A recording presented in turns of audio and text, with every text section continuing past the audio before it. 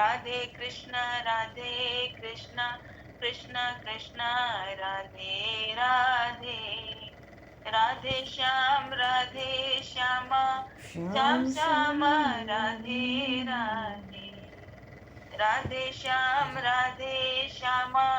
श्याम श्याम राधे राधे, राधे कृष्ण कृष्ण कृष्ण राधे राधे, राधे श्याम श्याम श्याम राधे राधे, राधे कृष्ण कृष्ण कृष्ण राधे राधे, राधे श्याम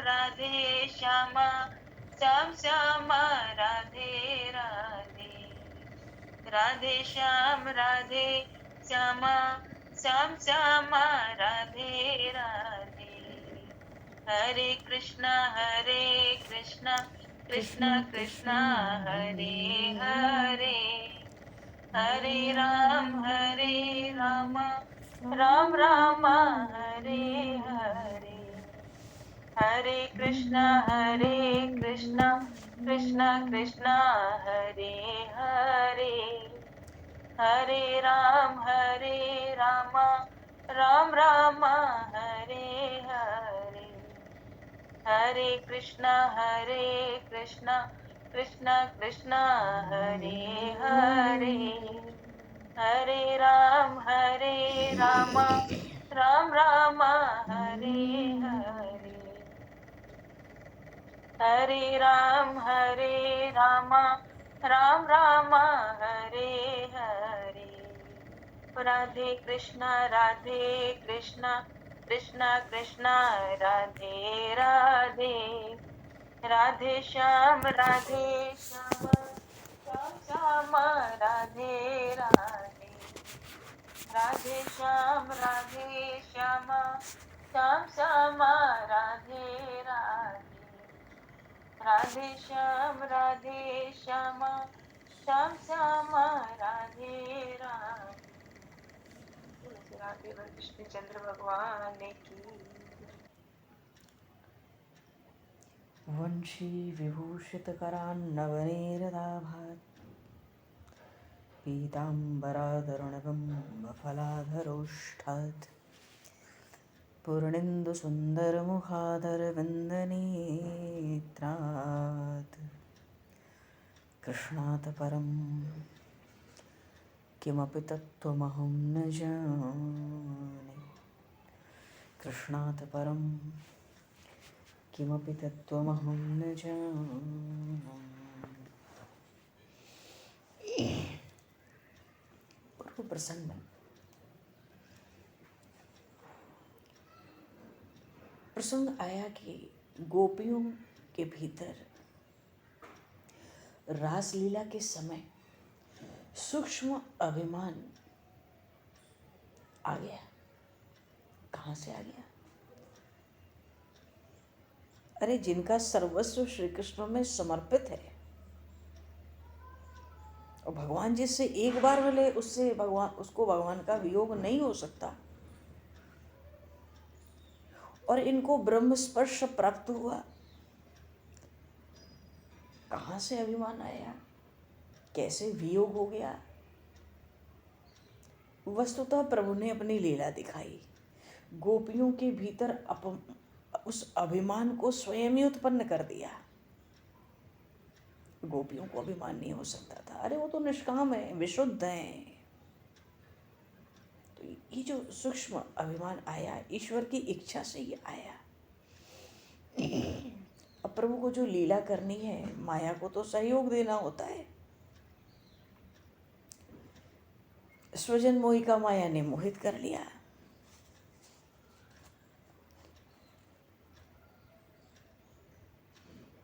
अच्छा, जो अभिमान आया सूक्ष्म उन ब्रजांगनाओं में, तो वो अभिमान भी ये था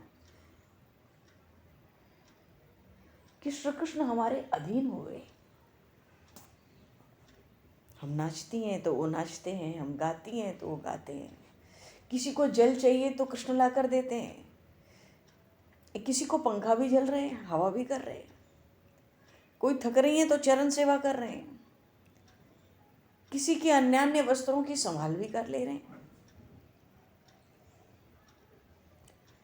किसी को दर्पण देखना है तो दर्पण की भी सेवा है, कोई तांबुल चाहती है, कोई वेणी गुथाती है। वस्तुतः गोपियों को अत्यंत आनंद प्राप्त हुआ था, क्योंकि ये जो दिव्य रास की लीला है,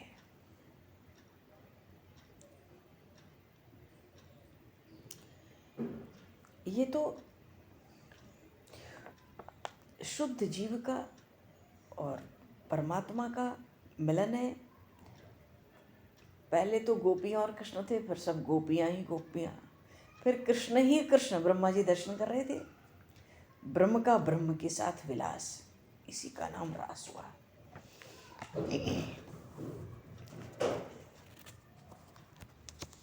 तो जब लगा कि श्री कृष्ण हमारे अधीन हुए, ये श्री कृष्ण की प्रेरणा से हुआ,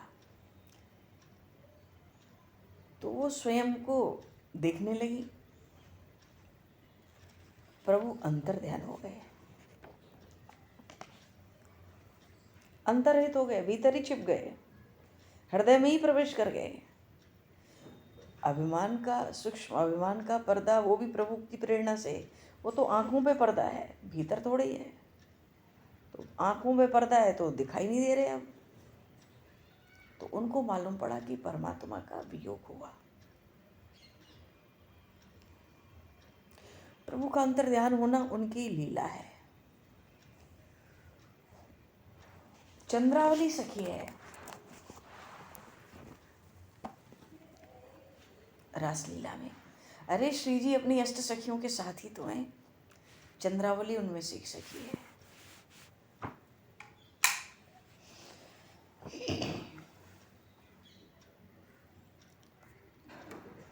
कहती है, श्री कृष्ण तो अंदर ध्यान हो गए, हमने अत्यंत अनुरोध करके अपने अनंत जन्मों की सौभाग्य से जो परम निधि प्राप्त की थी,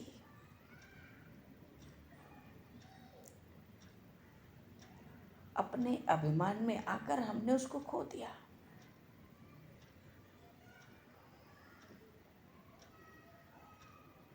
हमने ये समझा ही नहीं हम कितनी दुर्भाग्यनी हैं। देखो, इन्हीं गोपियों को प्रभु ने स्वागत किया तो कहा था, स्वागतम हे महाभागा। ये अपने को हतभागिनी कहती हैं, क्यों?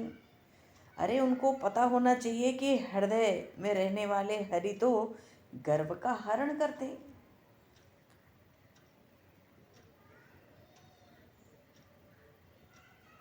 और उन परम निधि श्री कृष्ण को पाकर हमने त्रिभुवन में सबसे श्रेष्ठ स्थान पाया, सबसे महान हम हो गई थी, सबसे सौभाग्यशालिनी हो गई थी।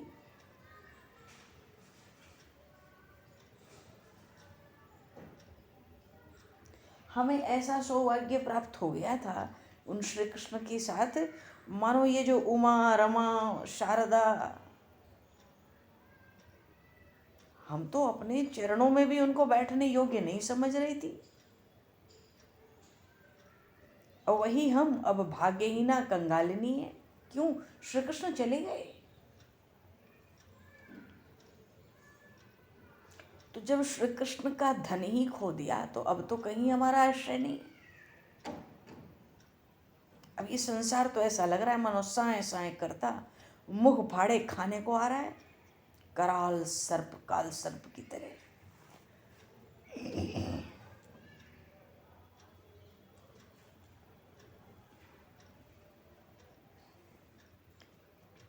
कृष्ण का स्वरूप ही है छल करने का, स्वप्न की तरह आए हमारे बीच। हमें सूक्ष्म अभिमान हो गया उस आनंद में, अभिमान में हम रूठने लगी उनसे, स्वप्न के समान ही अदृश्य हो गए। अब हम क्रंदन करें, रोएं पीटें तो क्या होना है? सब कहती हैं, ये सब बड़ी भोली सखियां हैं। सब कहती हैं कि अपराध उनका ही है।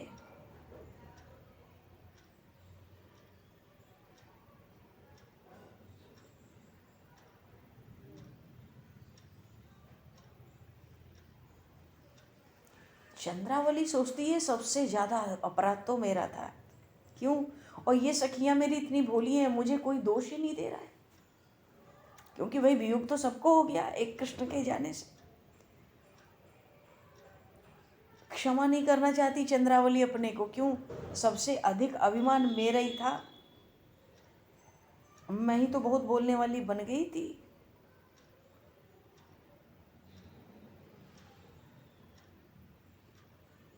अब मैं तो समझ रही थी कि मेरे बोलने पर, मेरे रूप पर रीझ कर श्री कृष्ण हमारे बीच आए थे। मैं ही सबसे अधिक इतरा रही थी और मैं ही चाह रही थी कि केवल मेरे ही पास रहें। मैंने तो रासलीला के समय उनके हाथ भी पकड़ के 2-3 बार खींचे। कैसा दुस्साहस मैं करने लगी, मैं रूठने चली थी। चंद्रावली स्वयं को कहती है, अरे मूर्खे चंद्रावली, अरे वे कृपा करके अपना चरण स्पर्श तुझे दे देते हैं और तुझे आज उन श्री राधा के समान मानिनी बनने की सूझी थी, और तू मानिनी बनेगी। अब तो तुझे मरकर भी शांति नहीं मिलेगी। और किस मुंह से कहेगी उन श्री कृष्ण से कि वो तुझे क्षमा कर दे? ये चंद्रावली अपने में ही कह रही है, व्याकुल है।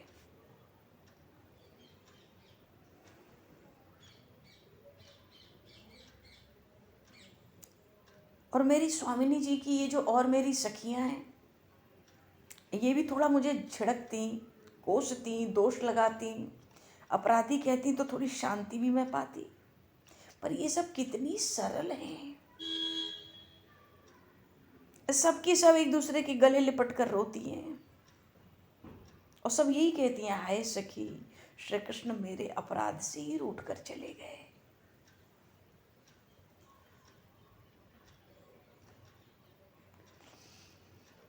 चंद्रावली को लगता है कि मैं भाग्यहीन हूं, मैंने अभिमान किया, सबको वियोग का दुख सहना पड़ रहा है।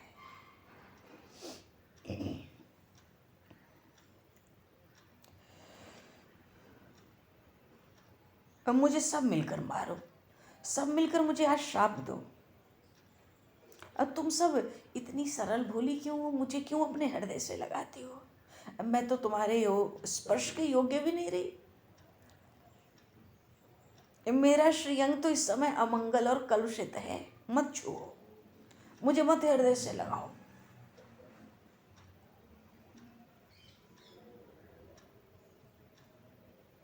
चंद्रावली का हृदय कहता है, अरे सुन सुन चंद्रावली, ये सब तेरा अपराध अपने अपने ऊपर लगा रही हैं, पर ऐसे बैठे तो नहीं रहेगी तू। अभी कहाँ गए, किधर गए, कौन बतावेगा?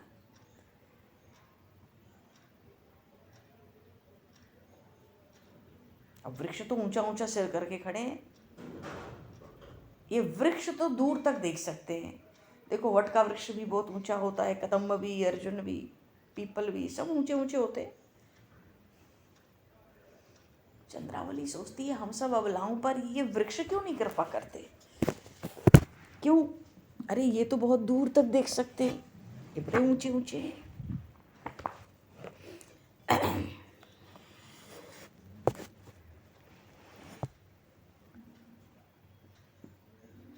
और इनको कितना भी पुकारो, एक पत्ता भी हिला के संकेत नहीं कर रहे।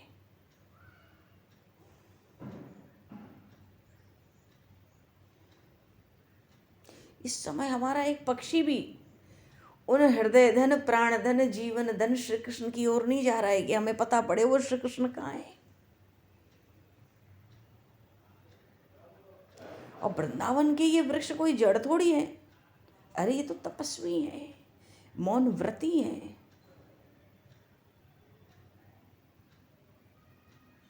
फिर सोचती हैं कि वो कन्हैया इनसे भी छिप गया होगा, आखिर ये कैसे बताएंगे? इनके नीचे ही झुककर निकल गया होगा। अब तरह तरह की लताएं हैं, माधवी की, मालती की, मल्लिका की, पुष्पों से लदी हैं।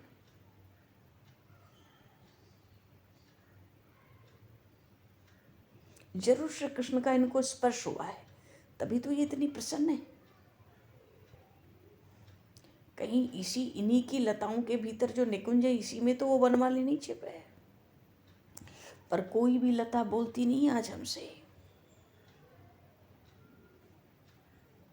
क्या पता हम ही से कोई स्पर्धा करती हो। मानो तुम्हें तो श्री कृष्ण प्राप्त भी हुए, तुमने आनंद भी आरंभ किया, पर तुम्हें वियोग हो गया, तुम अभिमानी हो। और गोपियों को लगता है इन पुष्पों की लताओं को हमसे कुछ ईर्ष्या हो सकती है। और फिर वृंदावन की भूमि में कोई तुच्छता थोड़ी आती है।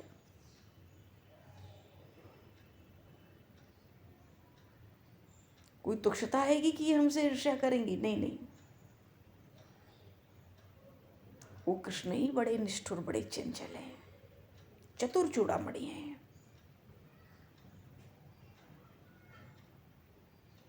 हाँ, ये लताएं इतना जरूर बता रही हैं, इनकी प्रसन्नता बता रही है कि श्री कृष्ण ने इनको अपने हाथों से स्पर्श किया है, पर अब इनके पास है नहीं।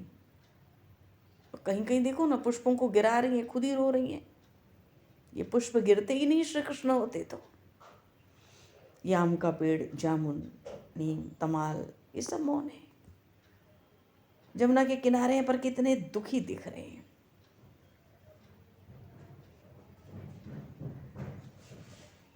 अच्छा, ये वृक्ष भी कितना परोपकार करते हैं।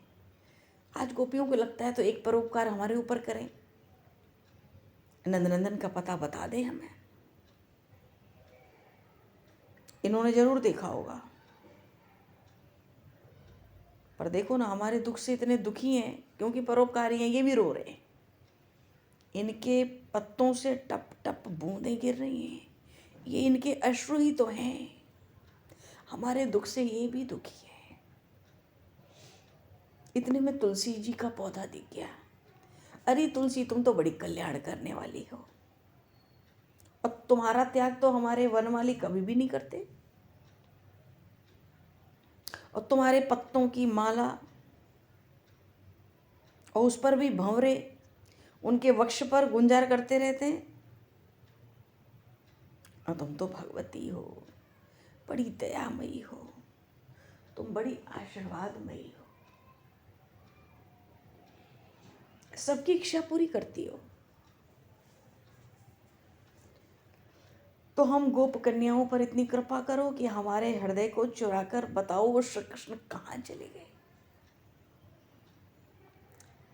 तो वृक्षों से पूछा, पक्षियों से पूछा, पुष्पों से भरी लताओं से, कुंजों से पूछा, इन जमुना तट के वृक्षों से पूछा, तुलसी से पूछा।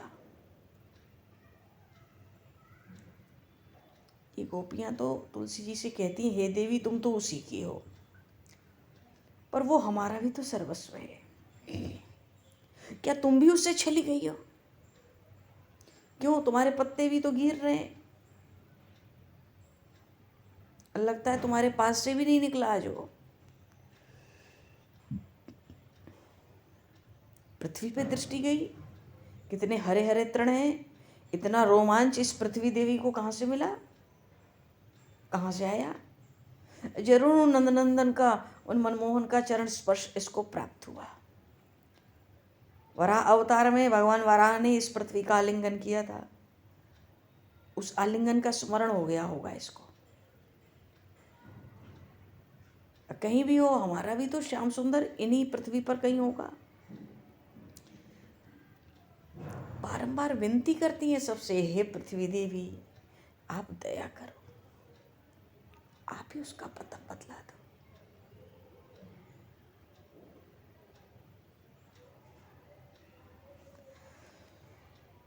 पर चंद्रावली,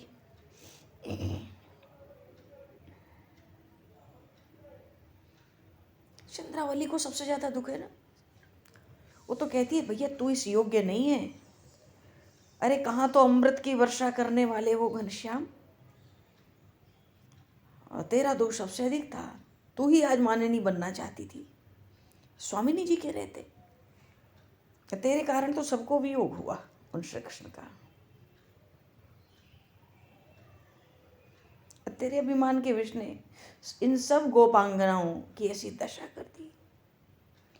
तू इतनी कुटिल है ना, श्री कृष्ण कहीं चले गए। मानो चंद्रावली सखी तो अपने को ही बार बार धिक्कारती है, मानो हृदय हाहाकार कर रहा है, खुद को भूल गई। इनको लगा कि यमुना के हृदय में जो महाविषधर कालिय था, आज वो मैं ही हूं।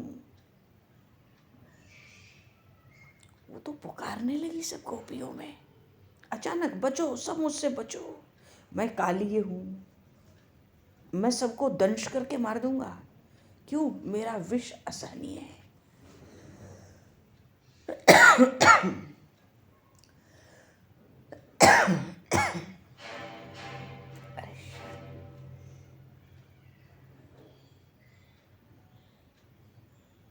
इतनी देर में दूसरी सखी आई। चंद्रावली कह रही थी मैं काली हूं। क्यों? चंद्रावली को लगता है मुझ में ही अभिमान का सबसे अधिक विष था। तो जब उसने कहा मैं काली हूं, काली हूं, देखो लीला चित्रण आरंभ हो गया यहीं से। अभी तक तो उन्होंने सबसे पूछा,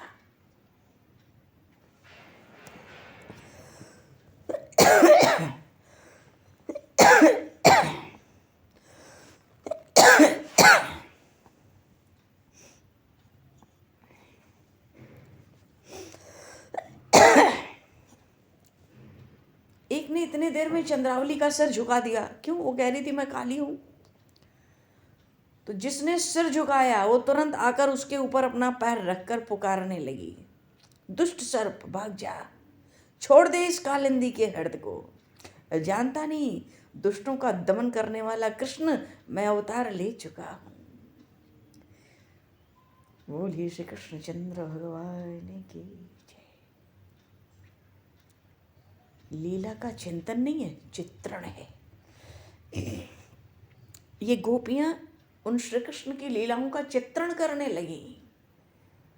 एक कालिय बनकर बोलती है, दूसरी उसके सर पे पैर रख के कहती है मैं कृष्ण हूं, मैं तुझे मार डालूंगा।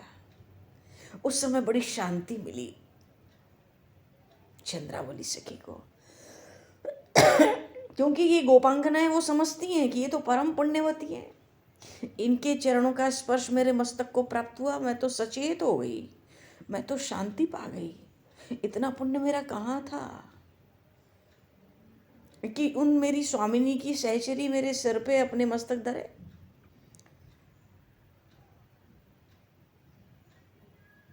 तो ऐसे ही श्री कृष्ण भी मुझ पापिनी पे प्रसन्न हो जाएंगे, अब वो आ जाएंगे। उनके चरण कमलों से, रज से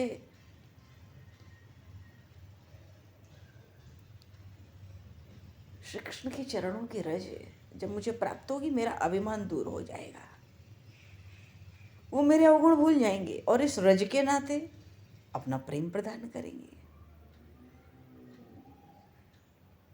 अरे गोपी के चरण का स्पर्श मुझे प्राप्त हुआ, मेरी उपेक्षा आप श्री कृष्ण नहीं कर सकते। वस्तुतः भगवान के वियोग में ये गोपियों के अलग अलग भाव हुए। आंख बंद कर लिया, सर झुका लिया, स्थिर बनी रही, अपना परम सौभाग्य समझने लगी। स्वामिनी जी की सखी के चरण का स्पर्श प्राप्त हुआ। अब कोई प्रमाद नहीं करना चाहती, इस बार इस रज को खोना नहीं चाहती, पर नेत्र खोलने पड़ेंगे। सखियों को भी तो बड़ा दुख हो रहा है।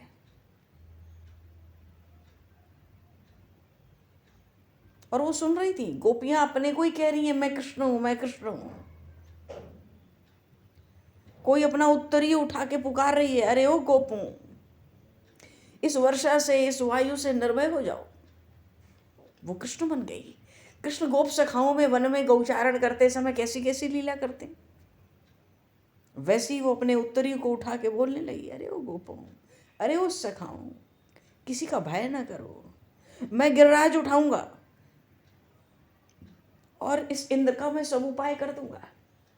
कोई काली मर्दन लीला करती है, कहीं उसका चित्रण होता है, कहीं गिरिराज धरण लीला का चित्रण हो रहा है। बात यह है कि गोपियों के पास श्री कृष्ण को छोड़ के और कुछ नहीं है। वो मनसा वाचा कर्मणा ही नहीं, मन बुद्धि चित्त अहंकार उनका सब कुछ श्री कृष्ण में समाहित है। उनके पास कोई चिंतन है, न सोच है, न काम है। रूम रूम में श्री कृष्ण भरे हैं। वो क्या करेंगी? वो वही करेंगी। कोई पूतना बन गई, कोई उखल बन के बैठ गई, कहीं पूतना वध की लीला हो रही है,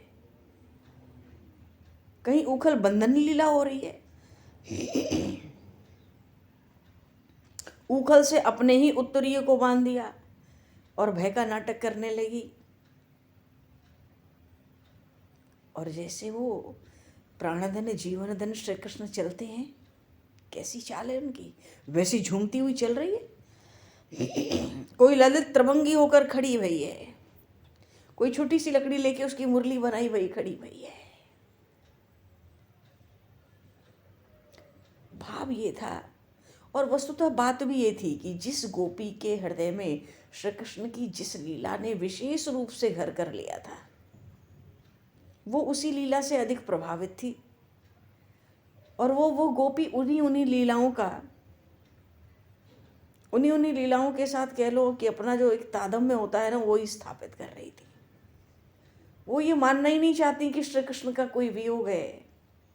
वो तो लीलाओं में ऐसी डूबने लगी, उन लीला चित्रण में, कि वो ये भूल ही गई कि हमारे बीच श्री कृष्ण है नहीं।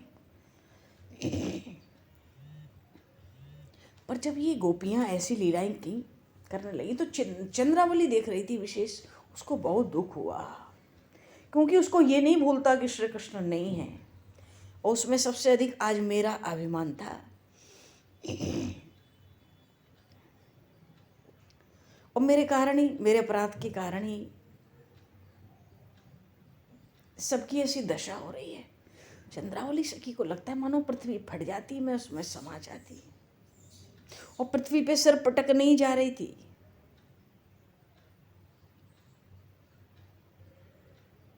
पर वो जो अनंत दयामयी पृथ्वी देवी है, उनको दया आ गई।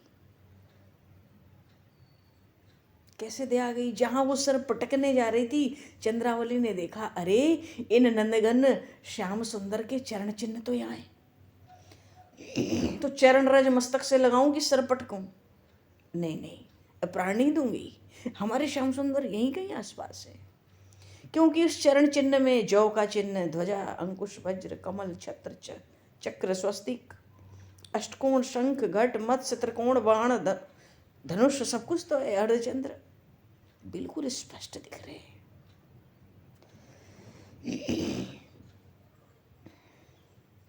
क्या इन नंदनंदन के इन चरण चिन्हों को पहचान कर उपेक्षा कर देगी?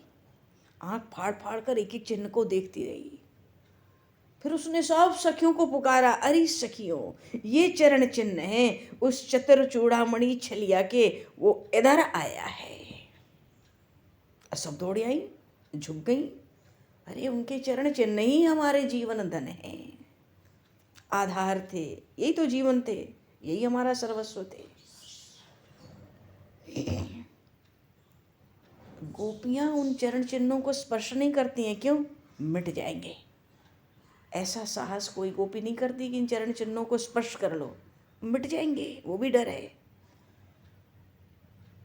तो उन चरण चिन्हों की रज उठाकर मस्तक से लगाती हैं, नेत्रों में लगाती हैं, वक्ष पर लगाती हैं।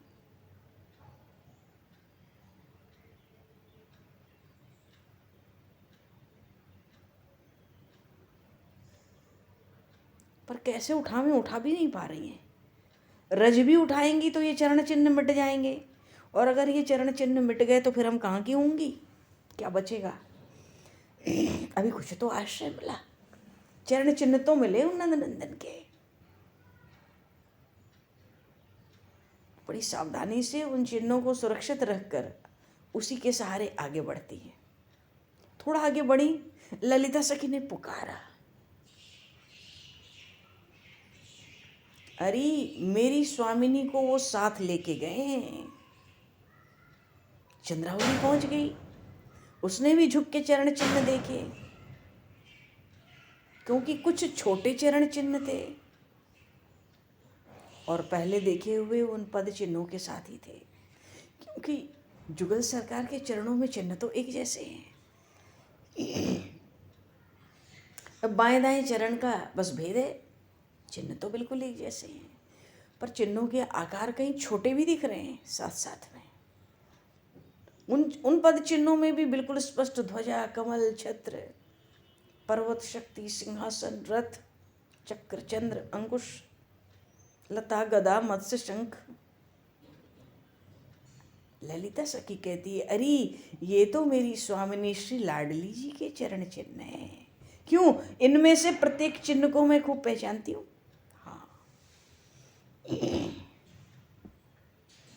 ये तो स्वामिनी जी के चरण चिन्ह हैं। धन्य है वो कीर्ति कुमारी, धन्य है वो वृषभानुनंदिनी।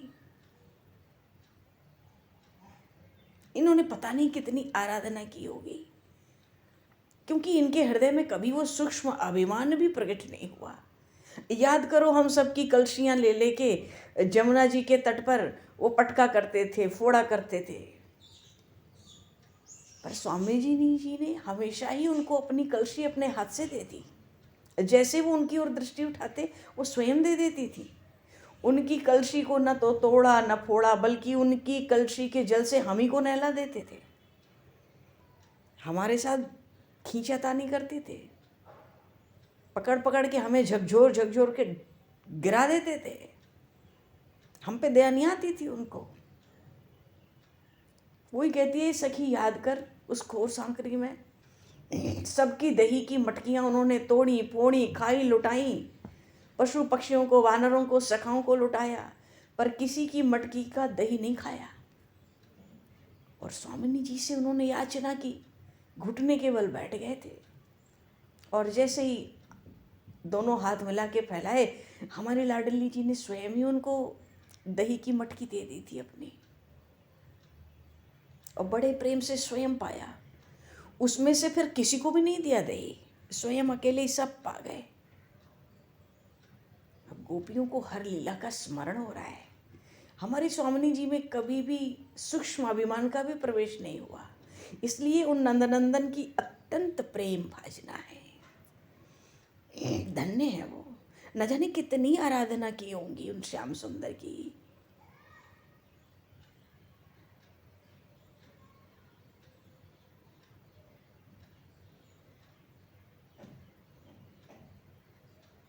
चंद्रावली को अभी तक जो जलन हो रही थी हृदय में कि मेरे कारण सब गोपियों को श्री कृष्ण का वियोग हुआ, मुझ में ही सबसे बढ़कर अभिमान था, मैं मानिनी बन रही थी। मैंने रास में कई बार उनका हाथ पकड़ के भी खींचा, पर इन लाडली जी के, स्वामिनी जी के पद चिन्हों को देखकर मुझे आज कितना संतोष मिल रहा है, इस समय कितना आनंद हो रहा है अपनी स्वामिनी के चरण चिन्हों को प्राप्त करके। चंद्रावली सखी को जो वियोग का दुख था वो भूल गया। क्यों? श्री कृष्ण अब आनंद में है, क्योंकि गोपियों को लगता है श्री कृष्ण हमें छोड़कर भी तो सुख नहीं पाएंगे। जब तक उनकी नोक झोंक नहीं होती एक एक सखी से, पर बातों में उनसे कोई जीत नहीं सकता। हाँ, स्वामिनी जी को देख के चुप हो जाते हैं, पर वो हारते कभी नहीं है उनसे बातों में।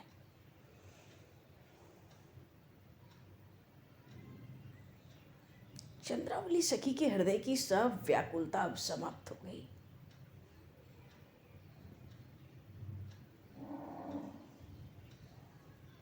अच्छा, कुछ सखियां अच्छे से जानती हैं कि चंद्रावली सखी तो बरसाने की है, तो कुछ न कुछ छोटेपन में इनकी कुछ स्पर्धा लगी रहती थी। घर की बिल्कुल रिश्तेदारी भी है, वृषभानु बाबा के किसी छोटे भाई की ही वो कन्या है।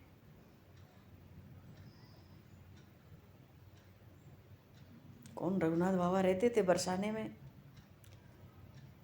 कई दिनों से मधुकरी नहीं किए थे भजन के आनंद में। तो एक दिन जब भजन से उठे और निकले मधुकरी के लिए, तो किसी ने उनको दही दिया था पत्ते पे रख के।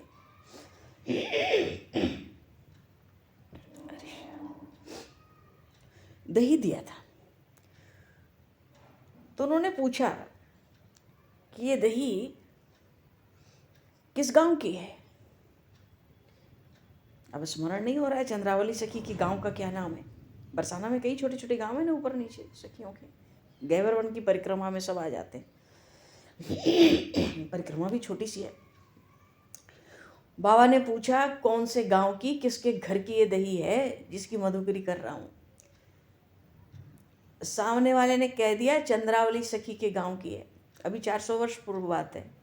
उन्होंने उठा के दही पटक दी, ये पकड़, चंद्रावली के गांव की दही मैं नहीं खाता।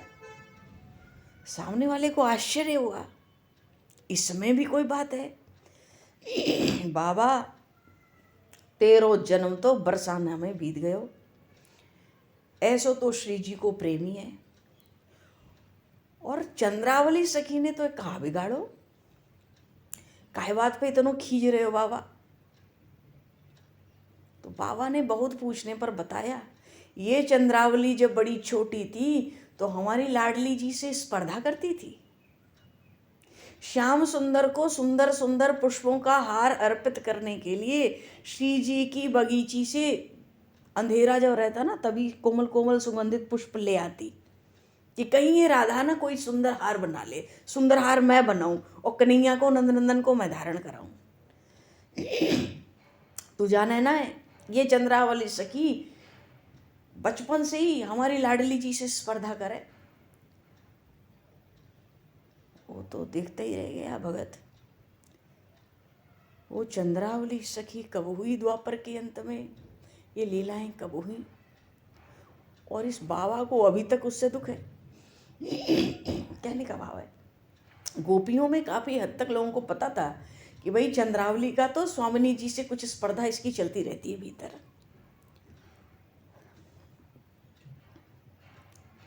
पर आज चंद्रावली को लगता है कि वो सब मेरा अभिमान था, इसीलिए श्री कृष्ण चले गए, ये सब मेरी अधमता थी।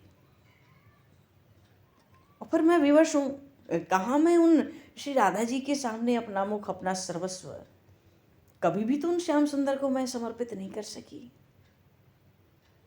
क्यों? मुझ में स्वार्थ है, मुझे तो अपने ही सुख चाहिए। क्यों? उन नंद नंदन का सामीप्य न हो तो मैं रह नहीं सकती, और सब होती हैं तो मैं सोचती हूँ अधिक से अधिक मेरे पास रहें, मेरी सेवा करें।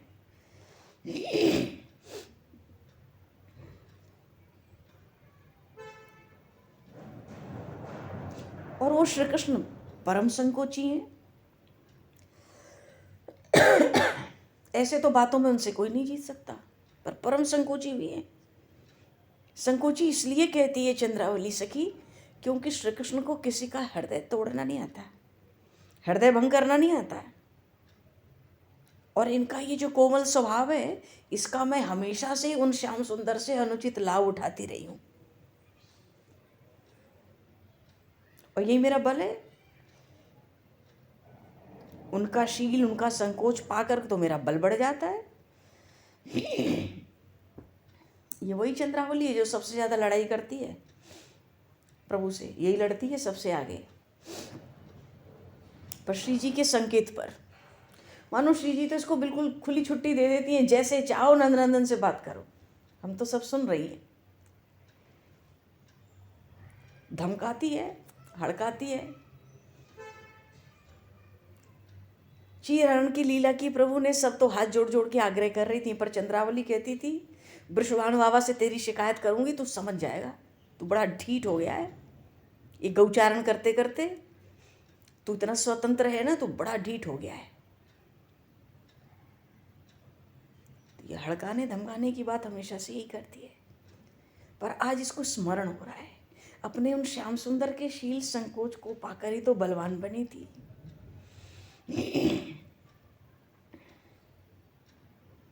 पर मुझे आज पता पड़ा उनके हृदय को तो वो केवल राधा ही आनंदित कर सकती है, वही उनकी आह्लादनी है। मैं अपनी इन सखियों के ऊपर कितनी भी अपनी श्रेष्ठता दिखाऊं, पर मैं इतनी अज्ञानी थोड़ी हूं कि मैं अपनी सीमा ना जानूं। पर उस राधा को क्या कहूं, वो इतनी भोली क्यों है। मुझसे मिलती है तो इतना स्नेह, इतना सम्मान देती है, जैसे मेरी छोटी हो। वो ये भी नहीं समझती कि सबके सामने भी मैं कभी उसकी अवज्ञा करती हूँ, उपेक्षा करती हूँ, दर्द दिखलाती हूँ। और उसके पास जो रूप है, जो गुण है, जो शील है, जो सुषमा है, जो सुकुमारता है, उसकी कोई सेविका उसके पास बैठने योग्य भी तो नहीं है। फिर भी अपने को श्रेष्ठ दिखलाती हूँ कभी कभी। आज रास में मैं मानिनी बन रही थी, श्याम सुंदर को खींच रही थी, और फिर भी वो मुझे अपने श्रेष्ठ मानती है। कितने आदर से मुझे हृदय लगा लेती है, अपने से अधिक उत्तम मुझे मानती है।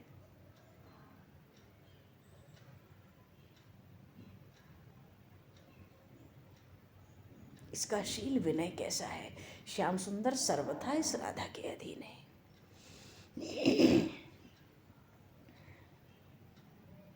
और फिर ये कोई श्याम सुंदर का दोष थोड़ी है,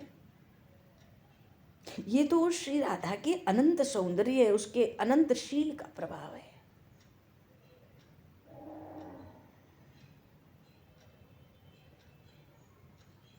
आज चंद्रावली बहुत प्रसन्न है, उसको शांति मिली है, उसको आनंद हुआ है।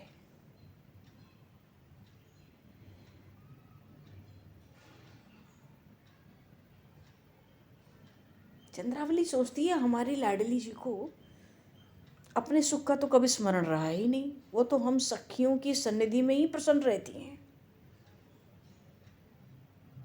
फिर इस राधा के सुख, आनंद और सम्मान की रक्षा श्याम सुंदर ना करें तो फिर कौन करेगा भाई। वे इसी के साथ परम आनंद पाते हैं।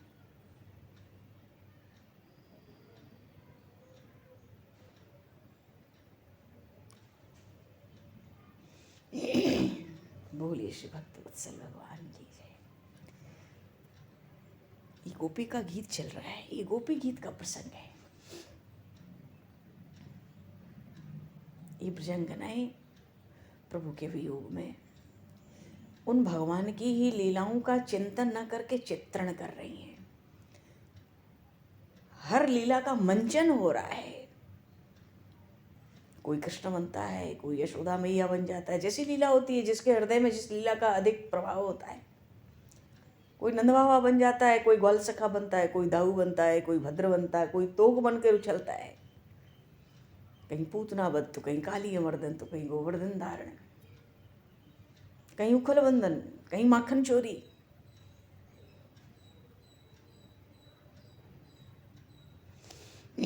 बोलिए श्री नंदन श्याम सुंदर भगवान की, श्री जुगल सरकार की, श्यावर रामचंद्र भगवान की, श्री गौरी शंकर भगवान की जय, सब संतन की जय, सब भक्तन की जय, सदगुरुदेव भगवान की जय। हम समय को विषयत करते हुए बहुत समय हुआ, वाणी को यहीं विराम।